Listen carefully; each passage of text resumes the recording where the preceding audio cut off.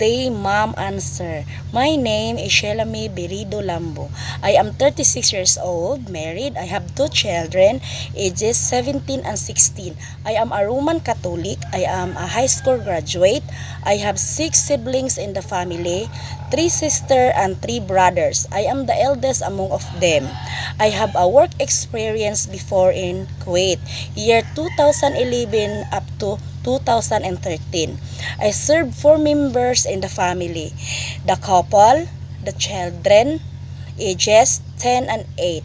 My duties and responsibilities is ironing, cooking, washing dishes, laundry, marketing, and washing the car.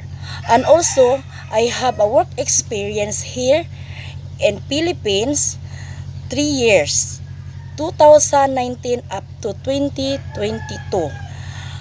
I serve 7 members in the family, the couple, and the children, ages 17, 15, 10, 8, and 5.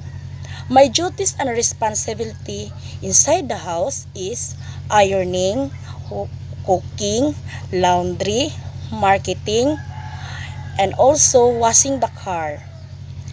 And also taking good care of 5 years old. For my dearest employer, please hire me as your domestic helper. I am hardworking, honest, kind, and trustworthy, and I promise to obey and follow the rules and regulations inside your house. Thank you.